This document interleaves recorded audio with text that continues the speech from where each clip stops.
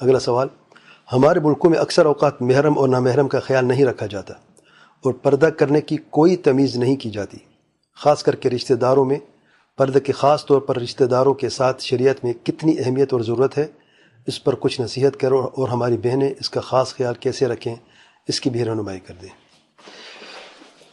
ابھی میں نے پچھلے سوال کے جواب میں بتایا ہے، ایک بنیادی بات سمجھنے والی جو ہے کہ اللہ تعالیٰ نے جو پاک دل والے لوگ تھے ان کو کیا حکم دیا ہے، پہلے اس پہ غور کریں، پھر آپ دیکھیں پردے کی بات کرتے ہیں۔ سب سے زیادہ پاکیزہ دل کس کے ہیں؟ انبیاء کے بعد انبیاء کے صحابہ کے، ٹھیک ہے نا؟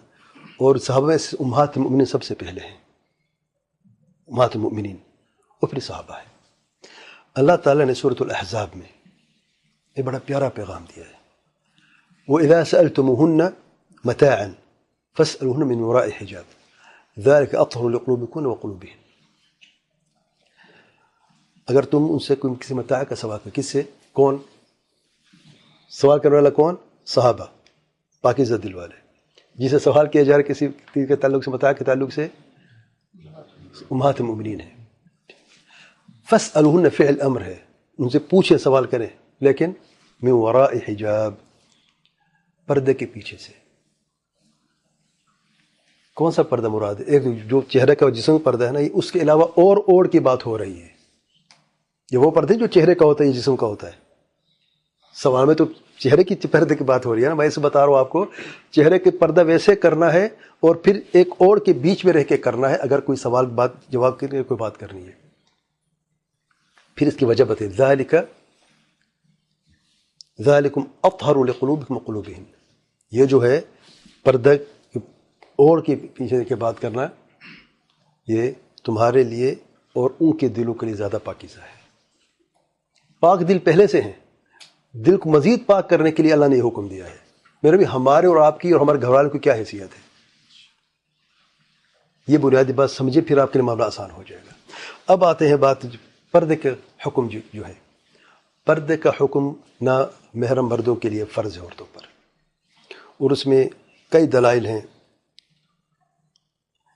میں سے میں بعض جو ہے سے بخاری مسلم میں سیدہ عائشہ رضی اللہ عنہ فرماتی ہیں، اللہ تعالیٰ کے پیارے پیغمبر صلی اللہ علیہ وسلم کے زمانے میں عورتیں نماز پڑھتی تھیں اور اپنے پورے پردے میں چادر میں آپ کے اوڑھ کے آتی تھیں، پھر اپنے گھر واپس لوٹتی تھی، کوئی ان کو پہچان نہیں سکتا تھا، مکمل پردے میں۔ دیکھیں اس زمانے میں کی بات کر رہا ہوں، ایمان ہے، تقوی ہے، پاکیزہ دل لوگ ہیں، مومنین ہیں، مومنات ہیں، نماز کے لیے آتی ہیں، مکمل پردے میں آتی ہیں۔ ابن ماجہ ابو داؤد میں معروف روایت ہے، سیدہ عائشہ فرماتی ہیں جب ہم حج کے لیے جاتے، عمرے کے لیے جاتے اور راستے میں ہمیں کوئی قافلہ ملتا تو ہم اپنے چہرے سے کپڑے کو سرکا دیتی تھی جب گزر ہوتا، یعنی کیونکہ اب محرم عورت کے احرام کی حالت میں عورت چہرے کا پردہ نہیں کر سکتی، لیکن غیر محرم مرد آ جائیں آپ کے سامنے، پھر آپ چہرے کو آپ ڈھانپیں گی کیسے؟ نقاب نہیں کریں گی جو چہرے پہ ہوتا ہے، نقاب اور چیز ہے، نقاب سے منع کیا گیا، لیکن چہرے کو ڈھانپنے سے منع نہیں کیا گیا۔ چہرے کو عورتیں چہرے کو دو طریقے سے ڈھانپتی، یا تو نقاب سے جو سلا جاتے چہرے کی بنیاد پر، آپ کی آنکھیں ناک بند ہوتی، آنکھیں باہر ہوتی، اسے نقاب کہتے ہیں۔ ایک ہوتا ہے صدر، جو ہوتا ہے کہ آپ سر سے سرکا دیتی ہیں کپڑے کو، ٹھیک ہے نا؟ سیدہ عائشہ فرماتی ہیں ہم سر کو ڈھانپ لیتے تھے جب کوئی قافلہ کا گزر ہوتا، اور یہ حدیث علماء نے صحیح کہا ہے، صحیح حدیث ہے۔ اس سے یہ بھی ثابت ہوا کہ چہرے کا جو ہے پردہ فرض ہے، اور کئی صحابیات سے بھی ثابت ہے کہ وہ چہرے کا حجاب کرتی تھیں، یعنی عاصم الاحول نے، بہقی میں روایت ہے، صحیح روایت ہے کہ ہم حفصہ بن سیرین اب جانتے ہیں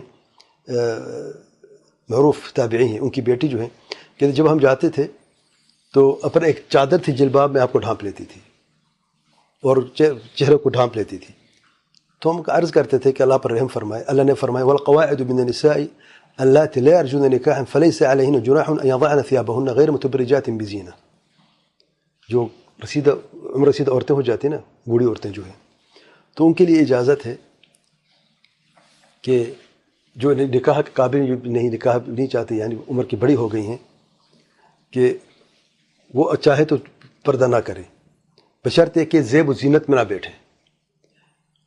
جب ہم یہ کہتے ہیں بھائی آپ کو کیوں پریشان کرتے، پورا چادر اوڑھ لیتی ہیں، آپ پردہ کر لیتی ہیں، تو جواب فرماتے ہیں قال فتقول لنا ای شیء بعد ذلك، اللہ نے اس کے بعد کیا فرمایا ہے اسی آیت میں؟ ہم آگے پڑھتے تھے، آیت کو کہتے تھے وَيَسْتَعْفِفْنَ خَيْرٌ لَهُنَّ، اگر عفت سے کام لیں تو ان کے لیے زیادہ بہتر ہے۔ فتقول هو اثبات الحجاب، فرماتی ہیں اسی سے حجاب ثابت ہوا ہے، کیونکہ لیے زیادہ بہتر تب بھی حجاب میں رہے۔ تو یہ بحقی نے روایت کیا، علامہ بن صحیح کا ہے، صحیح حدیث ہے۔ بہرحال یہ جو دلائل ہیں اس سے واضح ہو جاتا ہے، آیت کریمہ کا ذکر نہیں کیا اور باقی جو چیزیں، یعنی میں سلف کے اقوال آپ کے سامنے رکھوں، سید عائشہ کے اور ان کے اقوال کے، کس طریقے سے انہوں نے ان آیات اور حدیث کو سمجھی، اس میں پردے کا ذکر ہے۔ تو یہ بنیادی بات اچھی طرح سمجھ لیں کہ پردہ چہرے کا ہوتا ہے، نہ محرم مردوں کے بیچ میں آپ نہیں جا سکتے بغیر پردے کے۔